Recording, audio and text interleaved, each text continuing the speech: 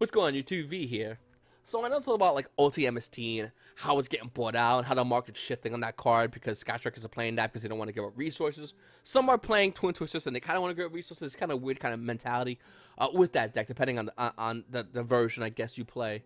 But looking at OTMST, it's just about bought out. It's really high in value, and I think with OTMST, we're gonna see that card price is gonna increase in value or stabilize, if not, or maybe go a little bit under.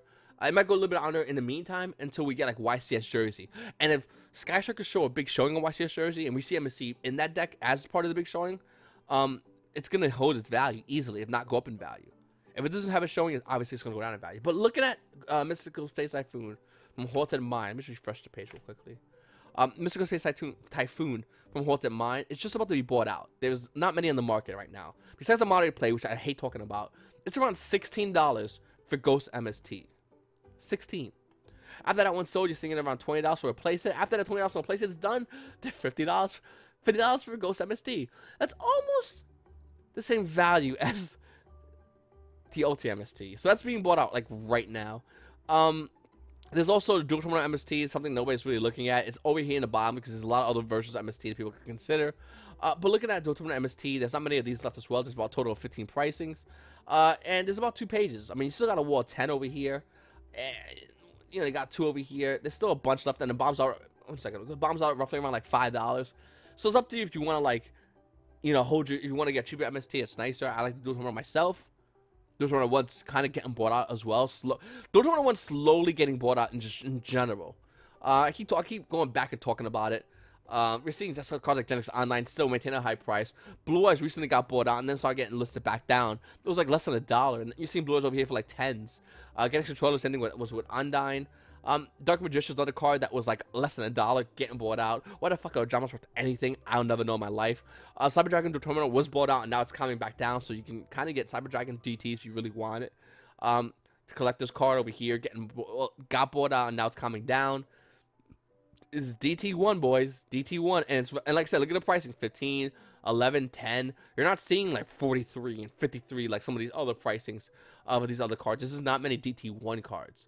I think around DT 6 and 7, it was overmade. That's probably the height of DT production. But like DT1s, there's not many. And we're seeing it right here, guys. The low price, besides Palamuro.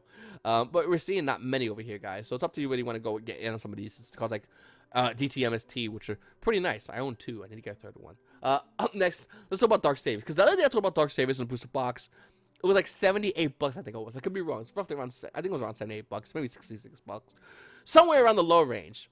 Dark Saver booster boxes have now became around the same prices as the Secret Forces booster boxes. Now, if you guys are an old man like me, you know about the Secret Forces, and you know how when it came out with Necros, and that was the best deck, and everyone put the crap out of Secret Forces because besides Necros, you got other cards, most notably Manju, which is now about like an $8, $9 card, which at the time was like $3. And YuGiOh players knew this is a hard to get card, and everyone wants it. Manju's price declined in value. It spiked down in value because everyone put the crap out of Secret Forces.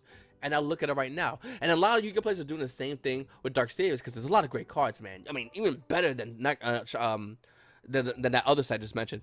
Scapegoats, Armageddon Knight, Dark Grepha, Foolish Burial Goods. Like, there's so many good sets. And then once you take those good stuff and you put it aside, there's like other things like Fur Hires.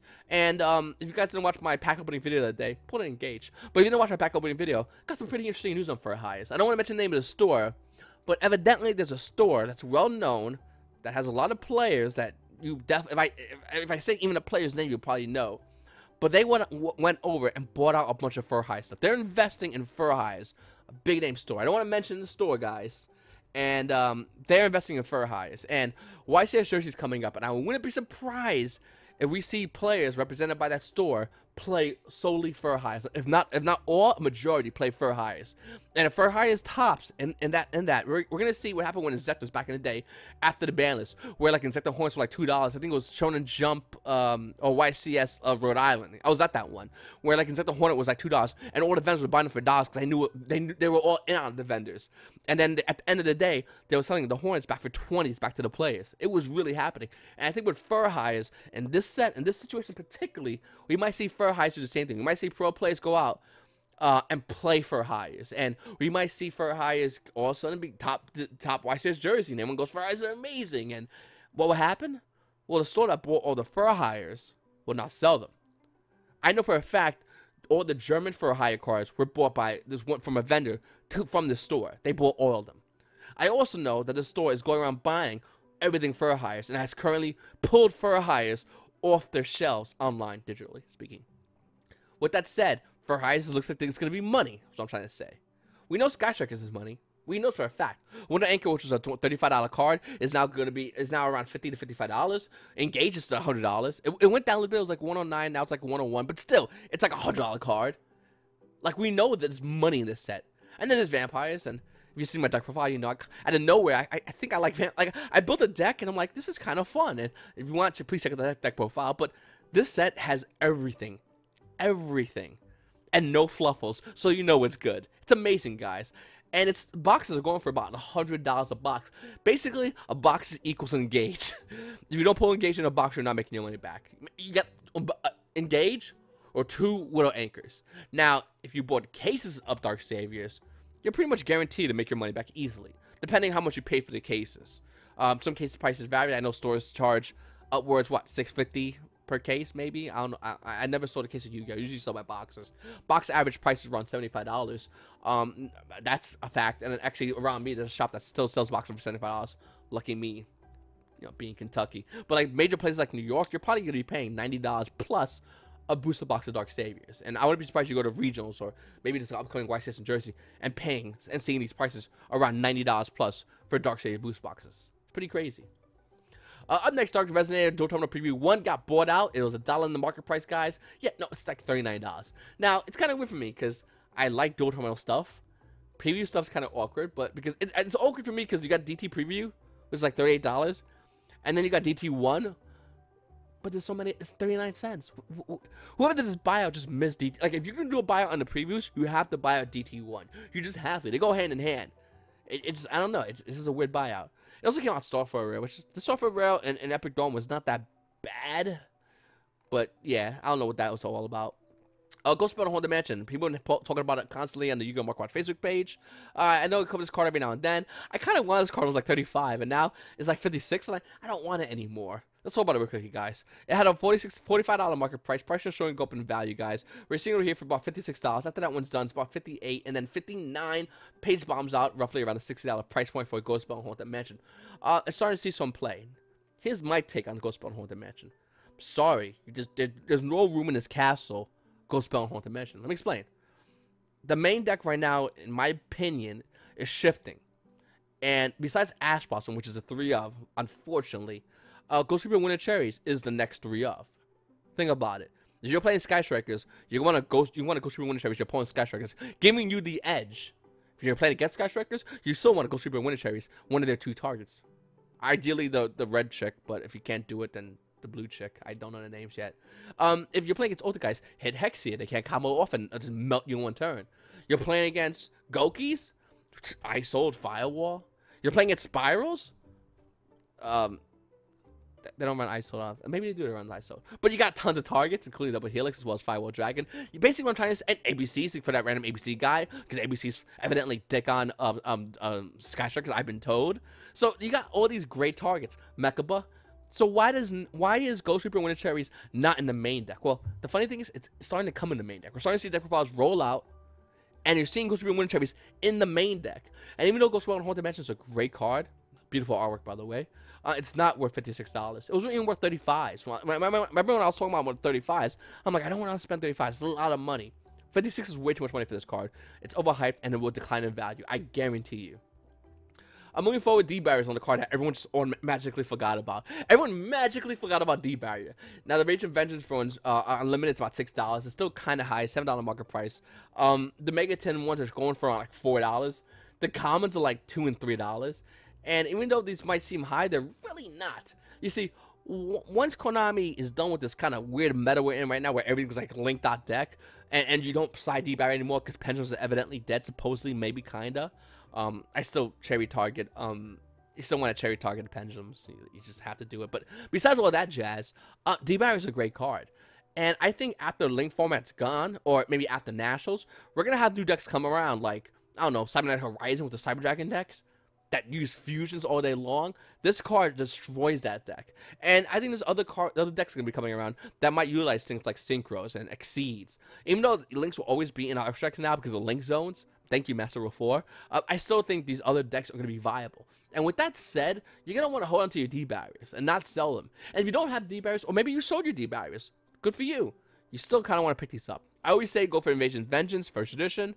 We'll look at it right now, but like you're still going to want to get on top of this because this is a card that like when it's good, and you know, you kind of want to buy it. And this guy's about 6 of them, 4 of them for like $6, which is a pretty good price. I would recommend you guys picking it up. At least have a play set. You can R9 if you want to. You can R9 it perfectly fine, but definitely have at least a play set. Cyber Dragon Infinity is cheap as balls. Now, there's the Ultra Rare, which it's not bad. There's the Megaton one, which is like $4 max. And there's a Bosch one, which I highly recommend. Bosch First Edition Cyber Dragon Infinity.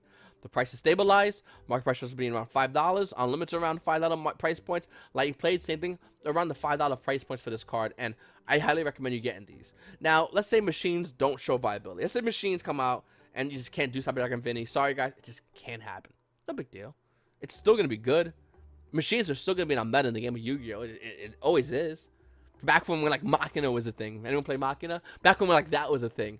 Like they're still going to be viable. If you play Machina, comment below, let me know what you guys think. But anyway, guys, if you watch this video, I really appreciate if you guys will hit the like button. It goes a long way for me. Up next, Draw and Lockbird. I keep talking about it, but every time we talk about it, it's just... And it's not me. It's just the meta is like, it just goes up in value. I mean, it's a $14 market price. Look at this gorgeous price trend. It's beautiful, man. And look at it right now, guys. It's around $19 for Draw and Lockbird. Because it kind of stunned. I mean, it depends on the deck you're playing. I have it sided in my Ultra Guys deck, but like, I don't know if I'm going to play against Sky Strikers. I don't know if it's maybe I will. Maybe I take out Ash for draws and go draw and Gold Sweeper. I got to play test it out. But draw is really good against Gokis, and Gokis is still around. I thought Gokis would be fucking gone. I thought Sky Strikers were going to shut them down. I was wrong. No, Gokis are still around. They can still zone lock your opponent, which evidently is good because people are not main decking evenly matched. Let's check out evenly matched, actually. People aren't main decking this card yet. We're slowly seeing evenly matched be main deck. I checked it out yesterday. I'll keep checking. Still holding a $58 price point. After that one goes, it's roughly around $60. This was a $40 fucking card. Beats. Blaze with a Fur High. Look at this price trend. Look at this. It's almost like it's being born on. It's almost like, you know.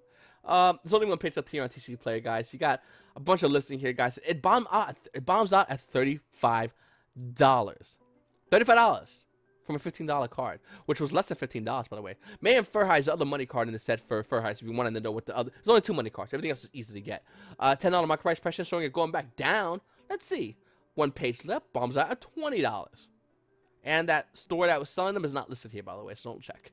And it's not, once again, it's not many listed. I mean, 11 is probably the closest thing to a war on here.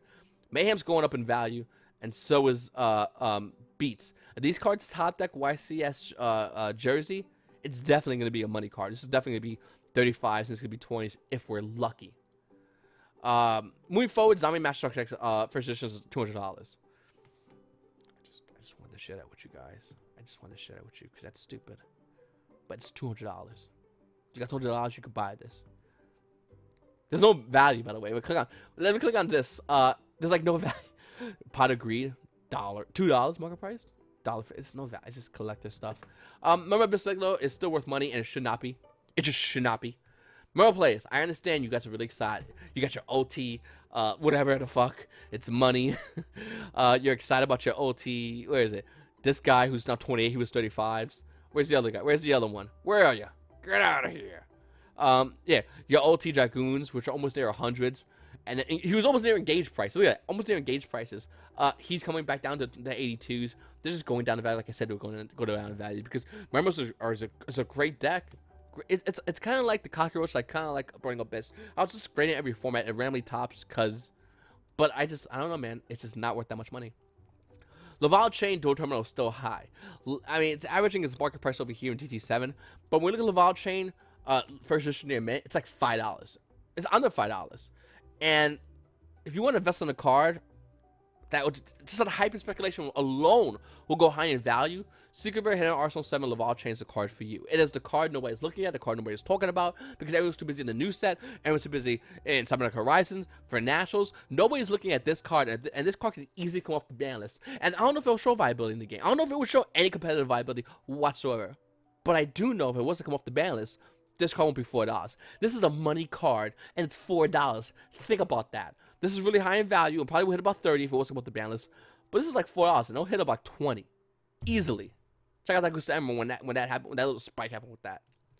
In the OCG, we're seeing Iron Dragon Tiamaton see play in the OCG, and I'm doing a live stream right now, and I'm talking to the guys in the live stream. They even said, one of the guys said, "I'll play Evil Storms with this card and lock you out," which I thought was hilarious. He's under $1. He's easy to get. You probably have it already if you bought into Flames of Destruction, but you don't want to put him to the side. It's a really good card. Real quickly, guys. But besides that, caffeinetv.vctrfs, links to below. I live stream video games. I would love you guys to come check me out. Also, this is gorgeous. This is probably the most beautiful thing I've ever seen in Yu-Gi-Oh! Ever. Dark Duel Stories Gem Mint 10s. You got Blue Eyes, Dark Magician, Exodia, Salamandra, Astrapole, and Sararu. They have it here for about $3,500. How many do they have? I'll take 10. Oh, I'm gonna go more. Add the cart. You don't have enough. Hold on. Did he have 5? Not enough. Now I'm just genuinely curious. This is. Do you have one? Yahtzee. So they have one of these available, and I don't know if the collectors watch my market watches. Collectors rarely comment, but if you're collecting and you're watching, this is actually a really good buy. I'm personally kind of tempted to buy this. And only reason why is because I want to frame this and put it in my house. Is that fucked? Am I? Look at that, it's beautiful. Oh my god, that's so gorgeous. Okay, I gotta move on. I do videos on YouTube. I forgot. Just, real quick, let me just look at them. Beautiful. Okay. Would you buy that? Anyone? Would you buy that? I mean, it's, you know, okay. Gateway to Chaos is another card that should not have this kind of value. It does not deserve to have it. It's a $13 card. It's a card. It's slowly going down in price trends. When we look at it, guys, it's now at $12, under its $13 market price. This card had hype a long time ago. The hype is gone. Gateway Chaos, if you have it, sell it, get rid of it. You just don't need it, and it's like a lot of money still. Summon Sorceress is still good money. She's about $31 in the market. If you guys don't have one, I highly recommend you go and buy one. I highly recommend you guys buy one. If you do have a ton of them, sell them all and keep one. Basically, with Summon Sorceress, you just want to keep one and sell the rest. It's that simple. You don't need like 5 Summon Sorceress. You just not need it. It's a $31 card, and to be honest with you, like you're plussing nonstop. So why stop there? Nomonite Madrosh and I have any value, as well as the rest of the Nomonite crew. Brothers, they're actually a little bit higher. I think this is a Megaton version they're showing. Yeah, hold on a second. Brothers, well, even the Megatons are like 7s, 6s, 6s, not 7s. But the From Origin Secret Rares, they're like 8s, and like Madrod's still like 11. Physician's like 12. Who's holding Nomonites right now? Like, sell these. These are not worth it. Isold has a new home. Goki's. She likes wrestlers. Savage Skull Dread is going lower in value. We got almost near a $50 market price at $49. Price is showing a declining in value. When we look over here, guys, it's actually around the $40 mark. It keeps dropping hard. The only reason Savage Skull Dread will show any value is for highest top. For highest top. For higher decks that I've seen are playing 2 Savage Skull Dreads because it's easy to go into. This could be really interesting. I think after YCS Jersey weekend, in my opinion, when for highest top, this price will go up in value. And it'll go up in value because Cyrus Scojo will now have a deck it can easily be brought out in. Really cool to see what happens with this card. I sold mines, by the way. Sold mines today. Got rid of mines. Because I'm not playing for highs. I want to learn about them, but I'm not playing them because I know that what's the whole backstory about that. But that's a funny thing. Anyway, guys, Wiretap is going up in value. Look at spiking high in value here. $2.38 market price. We look over here. You got first edition near mid going around $3. And at the end of the page, it's hitting near $6. Now, Wiretap has all other printings, and it's not expensive. I mean, you got no super rare over here for Dragons of Legend, about 40 cents. It's only Unleashed, which is the ultra rare, which is worth money. If you want that, sure. Also common. So I mean, the commons are running low, and then it's getting people to hit this, and then go over here. But if you go on Troll and Toad, it's just cheaper. It just is. I'm not trying to promote Troll and Toad here in any way, shape, or form. I don't get any compensation. Not that I would accept any compensation. But they're cheap. There's your 3 wire attachments for $3. Boom, right there. The super rares are cheap. I just bought these. That's why I'm showing you guys this, because it's a lot cheaper to get it on Troll and Toad than it is to get it on TCG Player. So anyway, guys, I really appreciate watching this video. But before I end this video, I just want to say something real quickly, guys. I want to do something with my Patreons. I think, well, someone gave me an idea, and I want to 89 Maltese. Thank you. I want to do this with my Patreons, and maybe we'll all I want to do like a video segment of this. I want to do a little game. Do you want to play a game? $100 a month, imaginary Yu-Gi-Oh money, and we'll create a portfolio by buying into the cards in the market. So $100, that's it. We create a portfolio. Okay, boom, portfolio's done. $100. This is only for Patreons and myself. And every maybe week or 2 weeks, we'll go check everyone's portfolio and see who's doing the best, who made the most money. And every month, maybe every 2 weeks, we're still working it out. You get rid of certain cards and get that money and put that money towards other cards, but you can only do it boom one time that month. Okay. I think it's $100 imaginary money, and we'll see. Maybe we'll do it for a year, and we'll see at the end of the year who made the most money from $100 imaginary money.